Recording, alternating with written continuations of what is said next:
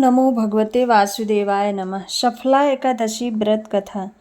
युधिष्ठिर ने पूछा, स्वामिन, पौष मास के कृष्ण पक्ष में जो एकादशी होती है उसका क्या नाम है, उसकी क्या विधि है तथा उसमें किस देवता की पूजा की जाती है, यह सब बताने की कृपा करें। भगवान श्री कृष्ण ने कहा, राजेंद्र, बतलाता हूँ, सुनो। बड़ी बड़ी दक्षिणा वाले यज्ञों से भी मुझे उतना संतोष नहीं होता है जितना एकादशी व्रत के अनुष्ठान से होता है। इसलिए सर्वथा प्रयत्न करके एकादशी का व्रत करना चाहिए। पौष मास के कृष्ण पक्ष में सफला नाम की एकादशी होती है। उस दिन पूर्वोक्त विधान से ही विधि पूर्वक भगवान नारायण की पूजा करनी चाहिए। एकादशी कल्याण करने वाली है, अतः इसका व्रत अवश्य करना उचित है। जैसे नागों में शेषनाग, पक्षियों में गरुड़, देवताओं में श्री विष्णु तथा मनुष्यों में ब्राह्मण श्रेष्ठ है, उसी प्रकार संपूर्ण व्रतों में एकादशी तिथि का व्रत श्रेष्ठ है। राजन, सफला एकादशी को नाम मंत्रों का उच्चारण करके फलों के द्वारा श्री हरि का पूजन करें। नारियल के फल, सुपारी, बिजौरा, नींबू, जमीरा नींबू, अनार, सुंदर आंवला, लौंग, बेर तथा विशेषता आम के फलों से देव देवेश्वर श्री हरि की पूजा करनी चाहिए। इसी प्रकार धूप दीप से भी भगवान की अर्चना करनी चाहिए। सफला एकादशी को विशेष रूप से दीप दान करने का विधान है। रात को वैष्णव पुरुषों के साथ रात्रि जागरण करना चाहिए। जागरण करने वाले को जिस फल की प्राप्ति होती है वह हजारों वर्ष तपस्या करने से भी नहीं मिलती है। नृपश्रेष्ठ, अब सफला एकादशी की शुभ कारणी कथा सुनो। चंपावती नाम से विख्यात एक पुरी है जो कभी राजा महिष्मति की राजधानी थी। राजर्षि महिष्मति के 5 पुत्र थे। उनमें जो ज्येष्ठ था वह सदा पाप कर्म में ही लगा रहता था, पर स्त्रीगामी और वेश्यासक्त था। उसने पिता के धन को पाप कर्म में ही खर्च कर दिया। वह सदा दुराचार परायण तथा ब्राह्मणों का निंदक था। वैष्णवों और देवताओं की भी हमेशा निंदा किया करता था। अपने पुत्र को ऐसा पापाचारी देखकर राजा महिष्मत ने राजकुमारों में उसका नाम लुम्भक रख दिया। फिर पिता और भाइयों ने मिलकर उसे राज्य से बाहर निकाल दिया। लुम्भक उस नगर से निकलकर गहन वन में चला गया। वहीं रहकर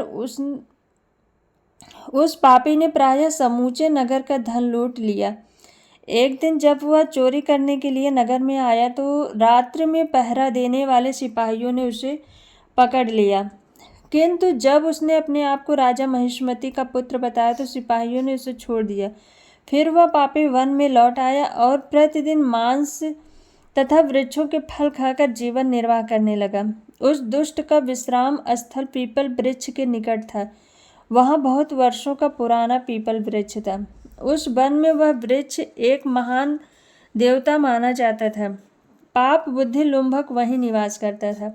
बहुत दिनों के पश्चात एक दिन किसी संचित पुण्य के प्रभाव से उसके द्वारा एकादशी व्रत का पालन हो गया। पौष मास में श्री कृष्ण पक्ष की दशमी के दिन पापिष्ठ लुम्भक ने वृक्षों के फल खाए और वस्त्रहीन होने के कारण रात भर जाड़े का कष्ट भोगा। उस समय न तो उसे नींद आई और न ही आराम मिला। वह निष्प्राण सा हो रहा था। सूर्योदय होने पर भी उस पापी को होश नहीं आया। सफला एकादशी के दिन भी लुम्भक बेहोश पड़ा रहा। दोपहर होने पर उसे चेतना प्राप्त हुई। फिर इधर उधर दृष्टि डालकर वह आसन से उठा और लंगड़े की भांति पैरों से बार बार लड़खड़ाता हुआ वन के भीतर गया। वह भूख से दुर्बल और पीड़ित हो रहा था। राजन, उस समय लुम्भक बहुत से फल लेकर ज्यों ही विश्राम स्थान पर लौटा त्यों ही सूर्यदेव अस्त हो गए। तब उसने वृक्ष की जड़ में बहुत से फल निवेदन करते हुए कहा, इन फलों से लक्ष्मीपति भगवान विष्णु संतुष्ट हो। यूं कहकर लुम्भक ने रात भर नींद नहीं ली। इस प्रकार अनायास ही उसने इस व्रत का पालन कर लिया। उस समय सहसा आकाशवाणी हुई, राजकुमार, तुम सफला एकादशी के प्रसाद से राज्य और पुत्र प्राप्त करोगे। बहुत अच्छा कहकर उसने वह वरदान स्वीकार किया। इसके बाद उसका रूप दिव्य हो गया। तब से उसकी उत्तम बुद्धि भगवान विष्णु के भजन में लग गई।